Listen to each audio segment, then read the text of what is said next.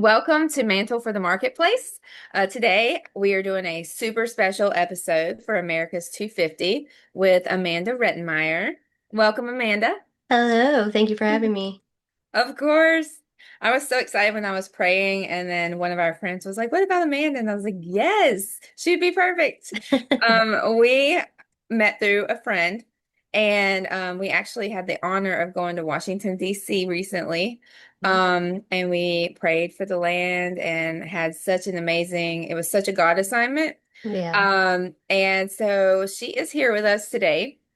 And we are going to learn the way I met her was through her class, where she did a class. She teaches on the Constitution and the Founding Fathers and all that, and it is so informative and so much information and so needed because a Mhm. lot of it is not taught in schools. So, do you want to tell everybody about that class?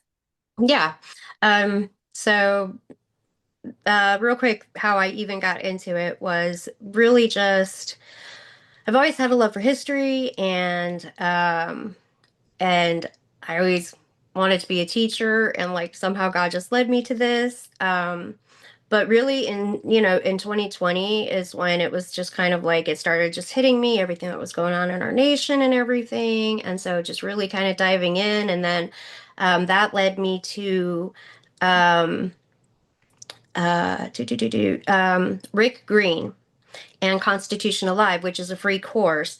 I took that course not once but twice because it was good and it was like very informational. So I wanted to really get a full understanding.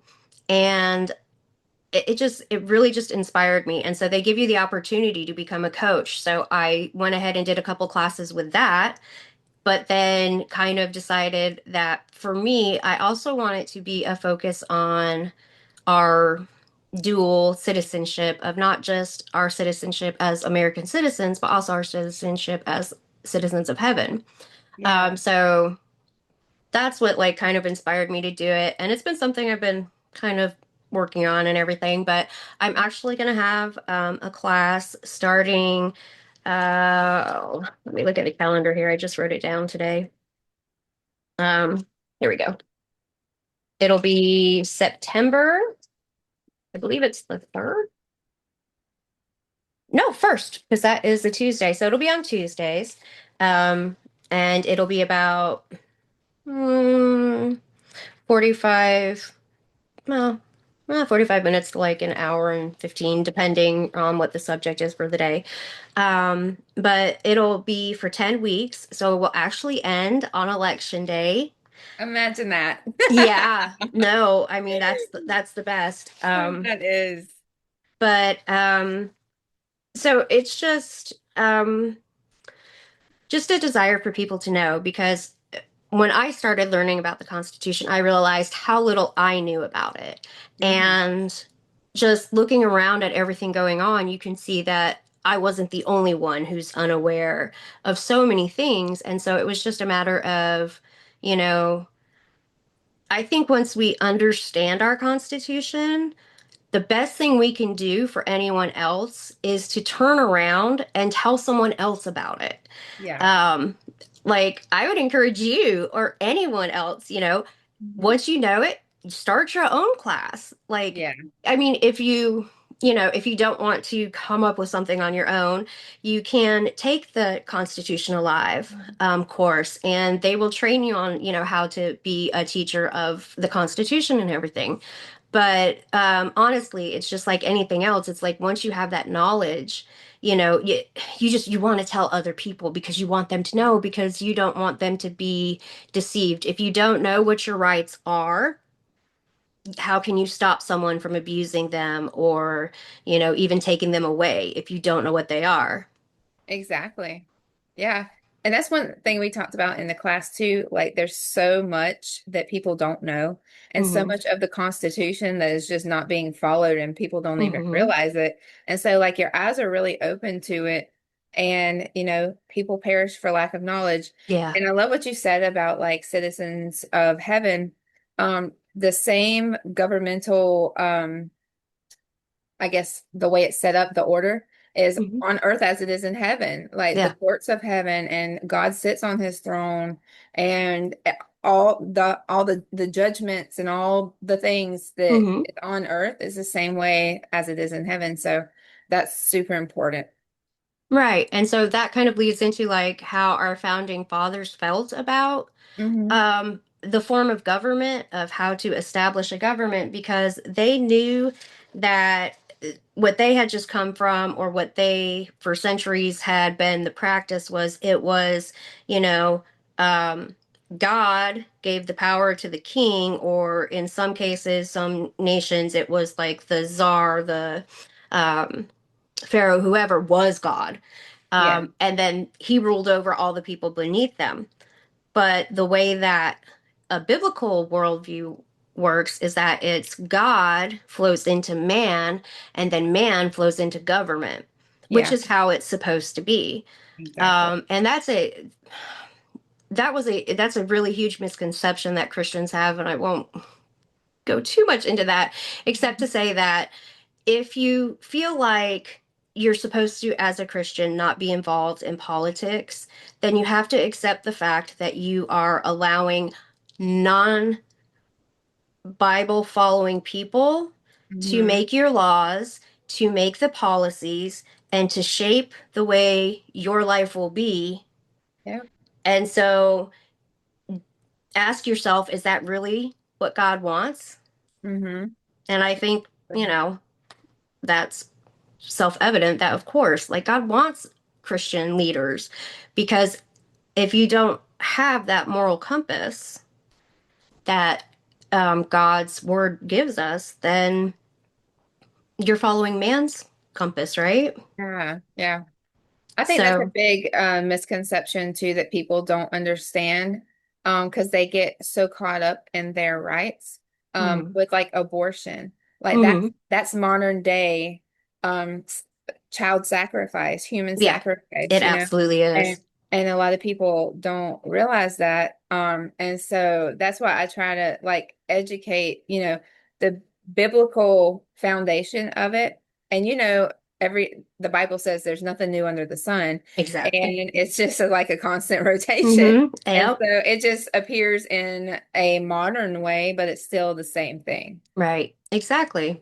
And same way, honestly, I know a lot of people have condemned the founding of our nation and our founding fathers because slavery was part of our history. And I'm not minimizing that in any way, shape, or form. But the fact of the matter is that, well, ownership of someone to work for you in a field or wherever that may be gone, we still have slavery. Human trafficking is such a big deal. And um, it's like nobody pays attention to it. I feel like I mean, I know there are people out there, trying to stop it and everything, but the majority, it's not something you hear on the news every day. It's Yeah. not like, I know Troy Brewer, if you know who he is, he has worked with, saving women and children. Yeah. And and that is modern day slavery. It's Hmm. not new, Yeah. it's just different. But Hmm. I feel like it's a very unacknowledged thing in our nation. And um, so, I don't, well, I'll save that for the class. You'll have to take the class if you want to hear the rest of that. I But actually, my soap business that I have, I actually give 10% of my sales to either him, Troy Brewer, or the Tim Tebow Foundation. oh, that's awesome. Um, yeah, and so that's interesting that you said that. Yeah, cool. Yeah, So, so you can just go into whatever you okay. have. So, the reason why we have the Constitution, you kind of have to go back to, why did they declare their independence and all of that. We were not being represented, and the things that needed to be made clear were that we were people who had rights that were not given to us by man. So the king had no right to infringe upon those rights. And that's what it's meant by our inalienable rights. Those are our rights given us to God, our right to live, our right to believe, our right to choose where we live, what we do for a living. Um, and so um, just the and then there was a lot of injustice going on as well. The taxation without representation.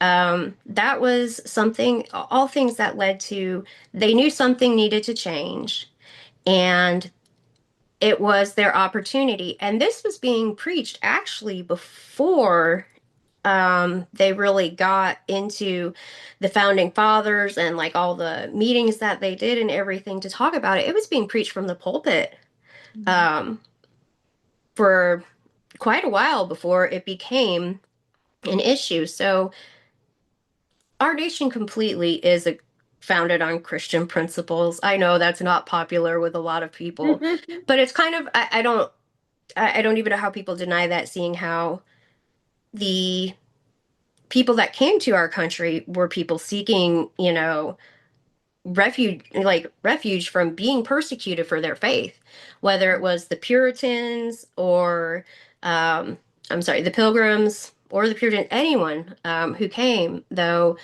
that's why people came to this nation to begin with. Mhm. You didn't see the rich people over in London or, anywhere else in the world. They weren't giving up their like comfort to come live a Yeah. hard life over here, because they they didn't need it. The people who came to this nation were people who wanted to work, who wanted to be free, who wanted the right to live their life by their conscience. Mhm. So, yeah, so the Constitution though is basically, it was after the Declaration was declared to say that these are the things that are important to us, the things that we need, our self-evident truths, our that were endowed by God with our unalienable right to individual freedom, right? That comes from God, doesn't come from man. Yeah. And self-evident truths are undeniable truths. Like, they don't need to be proven. They're true because they're true. Mhm. Um, the consent of the governed, that we have a right to choose how we are governed, Mhm. and the pursuit of happiness, which is the importance of free enterprise, right, to our freedom. Um, and so they first did the first Continental Congress, and they came up with the Articles of Confederation, and that wasn't sufficient because while it tried to form a, you know, government for the new America, what it didn't do was it didn't really give a strong central government. It still left the states kind of like they had freedom to make their own taxes. So, like, if I was Mhm. going down to Florida, you could say, hey, I want to charge you extra tax because you're not from my state. Yeah. Um, and part of it too was that we needed a central government because we had debt we had to pay back from the war because France helped us, and so there was a debt that needed to be taken care of, and it was about making sure we had equal representation for the smaller states as well as the big states. um, so um, and at that point there was no real allegiance to America yet. It was just kind of like, hey, we're a bunch of states and good, but it wasn't a coming together really of all of the people.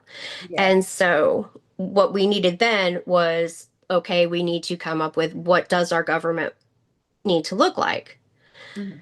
So they took things not only from the Bible, but also from other civilizations, right? Where did things go and how did it work? So I mean, because you can obviously see in our government that we have, you know, a little bit of how the Romans did things because they, had their Senate and Mhm.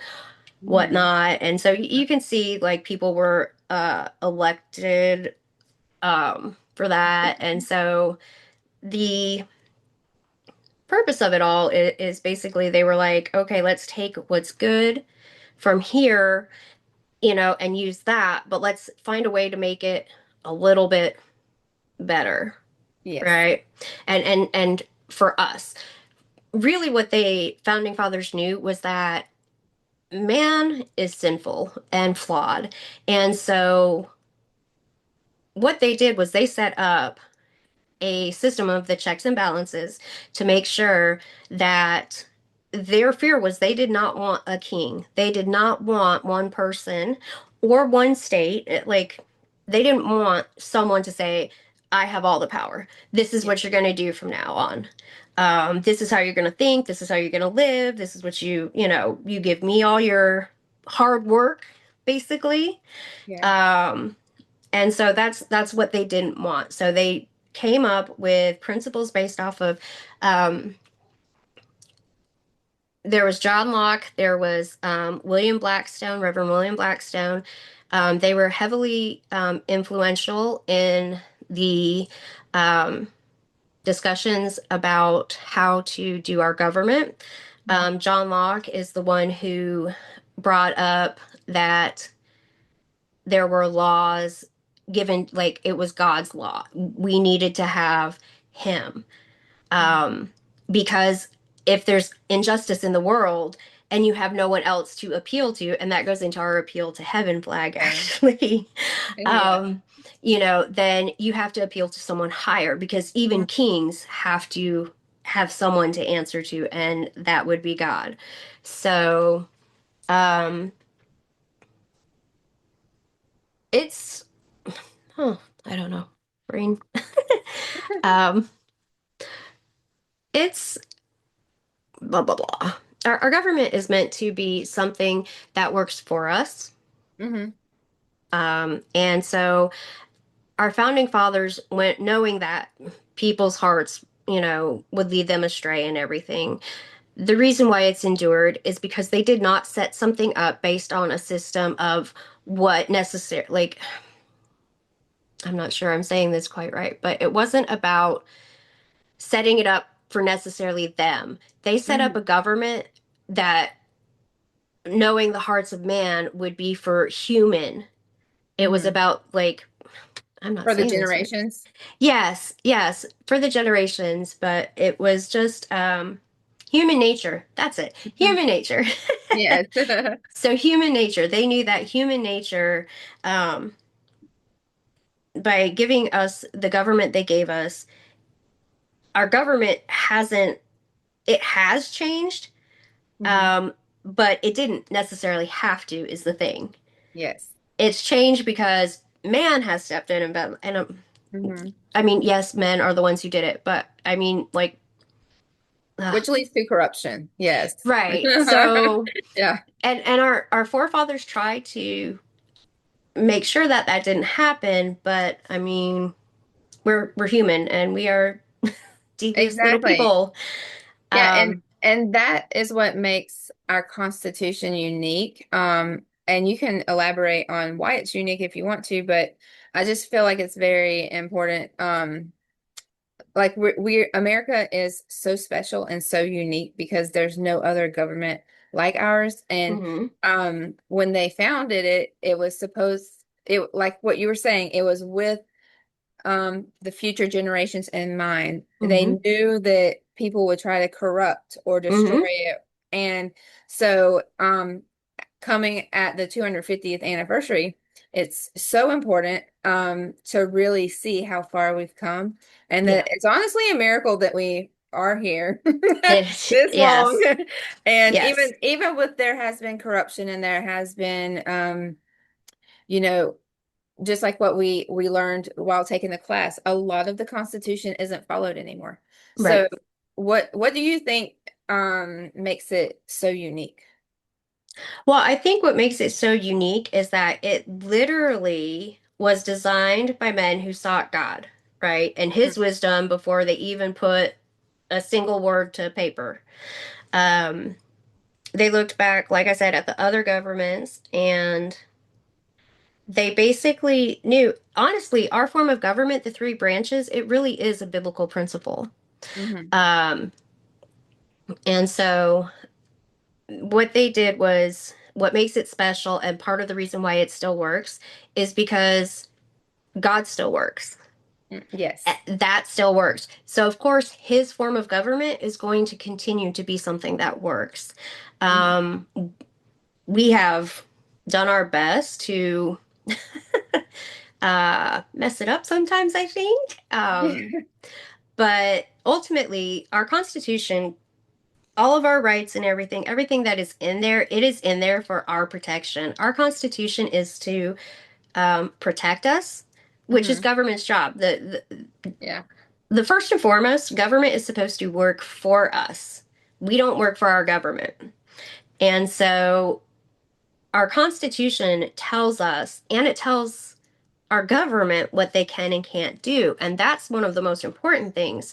The reason why we needed the Constitution, again, other than to just establish that, is that they wanted to make sure that there was no overreaching of power by any one person. I Yeah. mean, think of the president, one person. It's kind of like we don't want to be at the mercy of one person. That's kind of going back to that, king mentality. Um, and then, so how do you come up with the laws? How do you come up with the policies that are necessary to continue to take care of people? And the funny thing is that our Constitution, our government is really not meant to serve the minority. It's meant to serve the majority. That's why a lot of the things that happen in our government are supposed to be a vote, right? You Yeah. have to vote on it because it's not about the like one or two who are like, oh, this is what I want. It's about what serves the best interest for everybody. Yeah.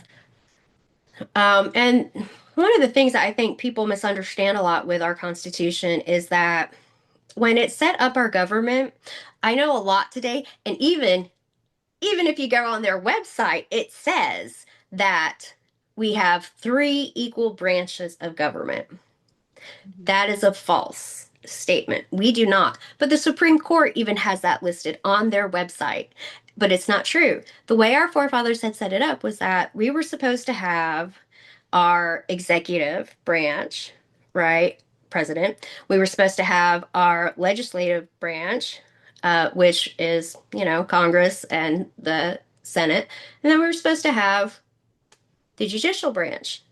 But the one thing that if you look at the three branches, people don't have a say in who goes into our Supreme Court. I don't know if many people ever think about that, but Yeah. Right. we select our representatives and our senators. We Mhm. get to vote on them. We vote on who the president is. We Yeah. don't have a say in our judges. So that's why it's not as equal of a branch, is because it is not something that people really have a say in. Yeah. Um, And the judges are so important. Like that's more important than I mean, I feel like that's the most important thing because the laws come from the judges and Well, actually, technically, their job is only to uphold the law. They do not make but they the don't. right. It's Well, just yes, that's yeah. part of what's gone Like they're wrong in our constantly trying to nation. overturn Yeah. everything. Yeah, no, that is definitely part of what's wrong with our nation right now. Yes. But Oh my yeah, God. the federal court is only supposed to do the upholding of the laws that are Mhm. passed by Congress. Yeah. And that's not what they do these days at all. And they're kind of an example of what our forefathers actually were trying to stop, was that they did not want an overreaching of power. And yet here we have one of the branches that they set up that has completely overreached. And the sad Oh thing yeah. about all of that is that I don't know if you've ever paid attention to the fact, but have you heard the term constitutional lawyers? No. Okay, so you have like lawyers who are like defense lawyers, lawyers who are this, and then you have some lawyers who are like, oh, I'm a constitutional lawyer, right? Hmm. Well, every lawyer should be a constitutional lawyer. Yeah. Every lawyer should be knowledgeable about what our Constitution says. But the reason that they're not, the constitutional lawyers are the ones who like go to court for you for cases where your rights have been infringed upon. Yeah. But every lawyer should know that. But the problem is that our system has they've stopped teaching Hmm. constitutional law and they've been teaching case law instead. Case law being that instead of going back to our Constitution and saying, what does our Constitution say is someone's rights? They're going based off of previous cases. So they're going off of the judgment of another judge, basically. And I think that kind of fed into their whole, we're so powerful because, you know, Yeah. it's like they supersede the Constitution and they don't, but it's a power Yeah. grab that no one's ever stopped it, you So know? it stops like good laws from coming because then they overturn it and they pick and choose like what they want to allow and disallow. Yeah. And that is wrong. And that's not the Constitution. And in our That's a Constitution, very good point. in our Constitution, it says, well, I don't think it directly says, but the way it's set up is that the um, judiciary is supposed to, like, their agenda can be set by Congress. Hmm. Like, they have a right to say, you don't get to hear this case. Wow. Um, I don't think we use that Mm-mm. at all. Um, but the what our forefathers wanted was our nation to be for the people. They wanted it to be a government that was something that everyone could serve in. Like we were all meant to have um, a say in our government, and we do today. Like um, that's what our vote is. Our vote is our power, and if we don't use that vote, then it's kind of like what I was saying before about having Christians and like government, it's like if you don't do anything about it or say that this is what, I believe in, then you have to go with, you're handing your future over to someone else basically. Yeah. And um I was actually going to ask you about that too. It for someone for a Christian that maybe they were taught in church, like church and state is separate or whatever, or that they're not supposed to vote or something like that. Um, what would you what do you have to say to encourage them about that? Going with what you just said as well. Like mhm if you don't want to be ruled by people who aren't following your beliefs, mhm um, what would you do, or what would you say to them? And are there any resources that you would have them search out mhm for like looking up, all the way down to your local level? Like it's important to vote for your sheriff, mhm all the representatives mhm from your town all the way up to your state, all the way up to mhm Washington. So yep. yeah. So honestly, the most important elections you can ever vote in are your local elections. If you Mhm. think about it, I mean, I know some people only vote during the presidential elections. They don't vote any other time, but it's so important to vote in every election because honestly, your local government is what shapes your life day to day. Yeah. And so that's more important. Voting for your school board because that school board, if your kids go to public school, that is who is making decisions about their education. Your sheriff, yes, again, if you want someone who is a just, and trustworthy sheriff, then yes, you need to go out and you need to vote. Um, but I think that one of the personally, obviously, but I think one of the worst things we could do is not vote Yeah. because even I've heard people, especially in the last few elections, be like, well, I don't like that person. Um, it's not a popularity contest. I know we have the popular vote, but again, that's still not even, it's not about how Yeah. much you like the person, right? Um, Yeah. that's more of how many votes did they actually get, like by votes. Um, Yeah. so it's not a popularity contest, and we've kind of let it become one. But you don't have to love someone as a person Mhm. to stand for. the platform that they support. So you need to decide who Mhm. is presenting issues and who's talking about things that align with my values, align with the future I want for my family, for my Mhm. future generations. And that's who you need to align yourself with. It doesn't mean that you support everything that person says or um, that you think everything they do is wonderful necessarily, but your vote counts. And even if your candidate doesn't win, you voted your conscience. And Mhm. that's what's important. Yeah. Yeah, and And God knows what you voted for. And I was going to ask you about that too, because like in Florida, there's big news right now because one person running for governor is actually suing DeSantis administration, um, trying to take him out of being able to run, um, because he doesn't want data centers and he's against abortion and they're trying to call him like a radical or something. And I'm like, that's not even right.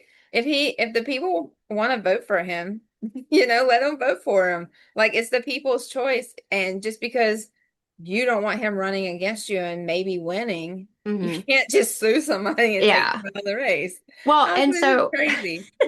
that that is something that I think our founding fathers would like be like rolling over in their graves over because Right? yeah, it's that's not how they intend things to be. Like No. literally there's and there's nothing. Okay, so another thing that people don't probably really realize about our Constitution is there is nothing that says you have to have legal, like, there's a provision for, like, you have to be of a certain age, Hmm. um, but to be president. But nowhere does it say you have to be, a senator or a governor or a lawyer, um, or even military, right? And we've seen this, like, as divisive as a character he is, Donald Trump was not a politician, Yeah. and yet he became the president. And honestly, that is like, to me, I'm like, well, I wish everyone would look at that for what it is. Like, Hmm. anyone can run to be the president. Yeah. And you don't have to have, you know, I mean, yes, we want leaders who Yeah. are, smart, who know what's going on. And, because they are in charge of the army, I do think that there's value in having someone who's been in the military as a Hmm. leader. But it's just, it's not, it's not a requirement. And we've just, I think we have allowed politicians, like, that was never meant to be a job. It Mm-mm. was supposed to be an act of service that you did for other people, but it Yeah. wasn't supposed to be a job. Hmm. And so we've allowed it to become a career. And we're not supposed to have career politicians. And back to the courts, real quick, we were never supposed to have lifetime appointed judges. That was Hmm. not something our, because again, it goes back to then you have someone in power for many years, I mean, depending on how old they are when they become a justice, I mean, you could have 40, 50 years of someone in office, and then you have the possibility of them taking over the court, ruling Yeah. over the court. And so that was, yeah, it was never I meant to really feel be. like God is going to bring judgment on that soon too, because that's where a lot of the corruption comes from. Hmm. And I know God's like cleaning house right now. Hmm. And so I really see that coming at some Hmm. point in the future. Yeah. Yeah, that's I also remember when I was taking your class, one of the things that like outraged me was you probably remember what it was too, because I talk about it all the time because it just blows my mind how people can just like completely change the Constitution and you Hmm. know everything the way it was set up. Hmm. Um, but it was a certain point in our history, a president refused to run if he couldn't have um the person he wanted as the vice Hmm. president. And It was FDR. yeah, do you want to go into explain how it used to be? Like just Yes. not Okay. along, but just Yeah. Yeah. So just basically, um, how it used to work was And I think that this is great because I think it allows for a better opinion, like because the Mhm. person who's your vice president wasn't the person you picked. Yeah. Basically, it was the person who got the most votes became the president. The person who got the second most votes became the vice president. And so actually that led to, John Adams was our second president and Thomas Jefferson was our third president, but he was Adams' vice president. And so that led to some friction between the two of them. Um, but the thing is that like that I think is a much more fair system And it, because it stops corruption too. right, because the person who is working with you is the Mhm. person who probably has views that are different than yours. Mhm. Instead of you picking someone to be your yes man, like the system we have today. And it's I do. I think it just gave us a better variety because, again, like you don't need people who are exactly the same as you. You need the different ideas to have a rounded government because, again, our government is supposed to serve the people. Mhm. It is Yeah. supposed to be set up to represent everyone. Mhm. Yeah. That's why we have our electoral college. If we didn't have our electoral college, then the people who would decide every election would be the big cities. So it would be like California and New York and Texas. They would literally decide the election no matter what any other state says, even if every single person voted in every single other state because of Mhm. how populous they are, it Yeah. wouldn't matter. And that's Yeah. why we need our electoral college because it allows that fair representation per state. Yes. And Yes. there's actually been a call to get rid of it. Um, and if they do that, I don't know if they plan on just going by the popular vote, but again, that wouldn't be a fair representation because you can win the popular vote but still not win an election because the electoral vote is what makes it fair. I would totally want to go back to the way it used to be too, where the one that got the second most votes became the VP. It would totally stop, like, the debates, they're like at each other's throats and Hmm. they just get so malicious and stuff sometimes. And it's just like everybody's watching that. And it's like it trickles down because Hmm. if the people who are going to run your country are like this at each other, then Hmm. the people are the same way. You know what I mean? And so I just really wish that that was the way it used to be because it But would be so right and correct. let me pose a question to you. When you do that, what's missing? Do what? When The you VP? have the person who got the second most votes, what does that eliminate? Parties. We were never, nowhere in Uh, our government was it meant to be a two-party system.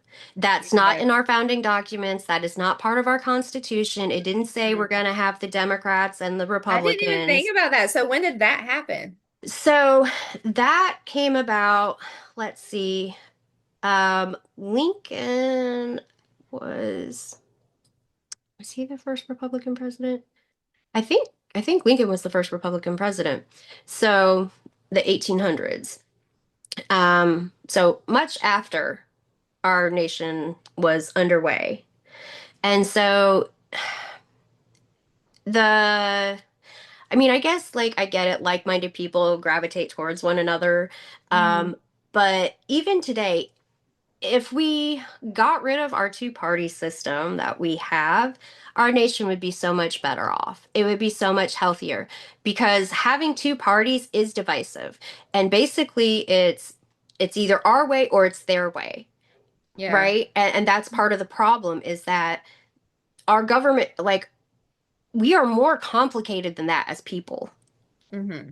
you Yeah. know? And so, and, but at this point, I think it's so entrenched that you have, when someone else comes up, and it's like, I want to be an independent person running for like office or whatever, even though they don't get along, both parties, major parties, will beat down that one person because it's power. It goes back to the whole power thing where it's if we're in power, then we get to do everything. If we're in power, we get to, it's the, It's the division. And like as you're right. talking, I'm like, this is the same as like the Civil War. You know what I'm Yes. saying? Like there's Yep. always that this person against that person division constantly. Right. And Mhm. so but yeah, like I said, we're so much more complicated than that because I don't truly know anyone, in all honesty, who claims to be either Republican or Democrat that is like everything that my party stands for, it's everything I believe in. Yeah. And so that's why I don't feel like our two-party system is good. I don't think it's healthy for our nation. I would love to see like three or four, different groups fighting for, the power because it's and I hate to say even the power because it's not about the power, but it's a point of I don't think our government, first of all, they are supposed to work for us, but they don't work for us anymore. They work for themselves. Mm-hmm. And if you think about like who our first representatives were, so go back to, a representative in the state, your representatives were like the farmer down the road, Mm-hmm. or, your local pastor. It was whoever because it was everybody's duty, right? We all have a duty to our nation and to one another to serve one another. And we don't do that anymore. And that's where we kind of got lost along the way. Yeah. So, and you had asked about the separation of church and state, and I didn't really hit on that. So let me circle back real quick to Okay. that. So, separation in church of state, that term has been thrown around a whole lot. Um, and it actually is not anywhere in our founding documents. You can look as much as you want, and you're never going to find it in there. It was actually said by Thomas Jefferson, but it was in a letter he was writing to a church. And he was talking to them about the separation of church and state in the form of the government has no right to infringe upon your religious Mm-hmm. or church happenings or beliefs. And Yeah. so that's really what it has become. And this is the example of our because it did come up in court cases, I think, as a example of separation of church and state being misquoted. And that's how it became like, oh, well, it's in the law, separation of church and state. No, it's not. It's not part of our nation. It really isn't. If you want it to be a part of our nation, then you have to go back to the original intent of what was meant when it was being spoken to and realize it was not being spoken by our Thomas Jefferson, our vice president, president, founding father to the Mhm. nation. It was being spoken from a man to a friend at a church. So it is not, it's like our Constitution in general. It's misunderstood. And I think that if we go back to, I feel bad. I'm not like really talking about like the Constitution. I'm kind of just talking about. but but um, if you really want to understand something, right? Mhm. You really need to take it in the context of how it was written. To understand your Bible, right? You have Mhm. to understand the times of the people that lived then. If you hear it being said, you can't put old wine into new wineskin, Mhm. that doesn't make any sense unless you go back and understand, well, why can't you do that and what does it mean? Yeah. So it's kind of the same with our nation and our Constitution. In order to understand what it is saying or why certain Mhm. things are in there, like the no quartering Yeah. article, for us that seems like why is that even in there? It doesn't matter. But one of their problems is that they were ordered to allow the British troops to stay in their homes where they could, illegally search your home and all these other things. So that's why we have a no quartering. Mhm. And so Yeah. And many people don't know that or even what that means. right. Yeah. And so like for us it's like it's not a living, breathing document. I Yeah. know that's been said a lot. Oh, our Constitution is a living, breathing document. It is not. When they wrote it, it was this is it. This is the thing. And that's actually why it's really stood the test of time, is because for the most part, well, people have ignored it or misrepresented it, it still is the same, right? Yeah. It still addresses the human nature, which human nature doesn't change. That's why our Constitution still works. But our Yeah. Constitution and our government only works if you have a moral compass. Our founding fathers never thought that our nation wouldn't be a Christian nation, Hmm. right? I know, again, back to the whole debate of are we a Christian nation? I promise you, I could go on and on about examples and whatnot of how our nation is, how our founding fathers did have Christian beliefs. Um, because just if you think about it back in that time, everybody went to church. Hmm. Everybody went to church. Yeah. So whether you and like I think Protestant and or Presbyterian Protestant and Congregationalist were like the three dominant religions of the first like 100 years Hmm. before the Revolution. And so they all believed in Jesus Christ. And that's the generation that grew up to be our founding fathers. So they did believe. And so they thought that we would be a Christian nation always, and that we'd always have that moral compass of God and Jesus that they set before us in the Bible.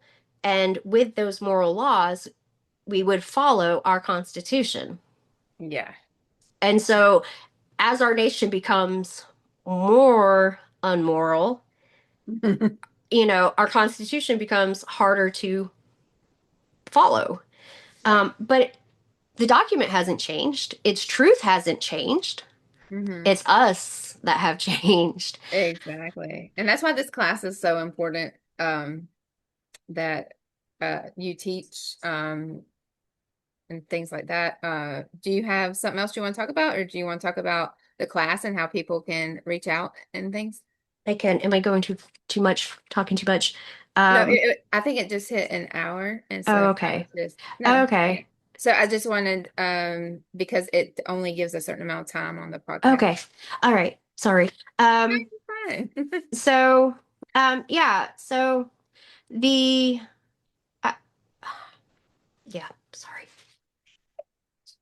Um, I could talk about this forever. Really, I could, but I know. um, It's your passion. I know. So, okay, so what we need to do as a nation, though, now, okay, because yes, things have changed and they've not been, um, it's been hard. We've had quite a few hard decades. And so every person needs to go out and um, seek the truth for yourself. Okay, definitely don't believe everything everyone tells you. Fact check things if it doesn't seem right to you. Um, I mean, I tell my classes, I'm like, don't even listen to me. Like, just take me at my word. Like, dig for yourself and find out.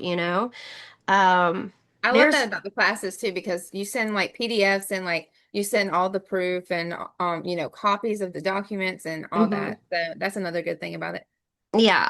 So, so with the class, I'm going to be, like I said, September 1st to November 3rd is going to be the class. It's one night on Tuesdays, probably from like 7 to 8:30, just because, people get home from work and don't always get on right on time or whatever.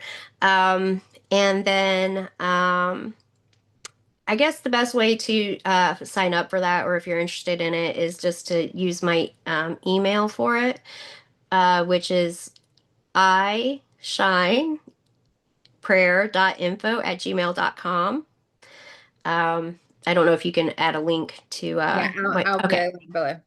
Okay. So like if anyone just wants to message me and let me know, maybe put for the subject. The class is called We the People, um, subtitled Dual Citizenship, um, because our government is for we the people, it is by we the people, and the only one who's going to kill our nation is we the people. Amen to that. Yes. Yeah. Yeah. So Yeah, that's so good. Yeah, so I will put that below. But is there anything else like you really feel like pray, pray yeah. for local leaders, pray for, your state leaders, pray for your mayors, pray for the president. Even if they're not the candidate again that you chose or the one that you want, Mhm. um, pray for them because we all need prayer and Mhm. prayer changes things. I was about to So, say it can change their heart. Yeah. yeah. So, I think that that's one of the strongest things you could do. Volunteer if you have a chance. You can sign up to help register voters. You Mhm. can, if you want to do the class, go to. Um, I know Wall Builders by David Barton is a good resource for getting information. Um, then the Rick Green Constitution Alive would be something you can do. Those are courses that are also offered sometimes in person where you can do actual interaction. Mhm. But those are all some of the things that you can do. You could, of course, volunteer for if someone who's running for office to support them, Mhm. um, or if you're moved to run for office. Yeah. Yeah. But there are a lot of ways that we can engage with our government and do our part. But again, the biggest thing we can do is vote. Yes. So. Yep. And petitions. Yes, and petitions, yes. Yes. That is actually really big as well. And um, again, it is a way for you to use your power and your voice and say, this is what matters to me, and Mhm. I want to be heard. Yeah. Yep, that's so good. And I feel led that I know you have a few good books that like you love so much and you always recommend. And I feel like you're supposed to, if you remember like the title and author, to release which ones are like really good ones for people. Okay, yeah, absolutely. One of them would be America's Providential History. Mhm. That's great. That is actually something that could be used as a textbook if you're homeschooling. Um, that's by Mark. I don't know how to say it. Belize, Beliles, and Stephen McDowell. Mhm. Um, then one of my favorite books is America's God and Country. It's an encyclopedia of quotations from founding fathers and presidents, statesmen, scientists, constitutions. Just, it's wonderful. Um, I have a ton of books. Yeah. Um, I would also recommend if you're a podcast person, listen to Give 'em 15 with Dutch Sheets. That's powerful prayer for our nation. Um, Great explanations of things. And uh, I mean, actually, I recommend you read the Constitution Mhm. itself, Yeah. and read the Declaration, and really we have to advocate for ourselves by seeking the knowledge. It's and you want to be aware of these things before they do somehow disappear. I mean, I'd like to think that that won't happen, but you don't. We don't know these days. It's- Yes. so, but read it for yourself and look into it and just it's so much more exciting than you think, and it's about your roots. It's where we came from as a nation. So and it just, yeah, I can't. I can't. I'm like, I told y'all it's her passion. yes, yes, yes. So, But seriously, there's so much information, and she's such an amazing teacher, and she does so good. And the class is very interactive. Everybody's asking questions, and God will just, bring things up to people, and it's an awesome class, and I definitely recommend it. I'm gonna take it again too, just because it's so much information that it's like it's almost like the Bible. Like you read it over and over and you always find something new. yeah, So yeah. so That's yeah. awesome. Yes. Well, thank you so much for coming on the podcast, and I'd love to have you back again. But this was so special for the America's 250th anniversary, and Hmm. praise God we made it this far. Amen. And praying we got 250 more. So Absolutely. yes. I believe it. I Yes. believe we do. Yes, me too. So, we will talk later. All right. Thank you, Thank you. Caylyn.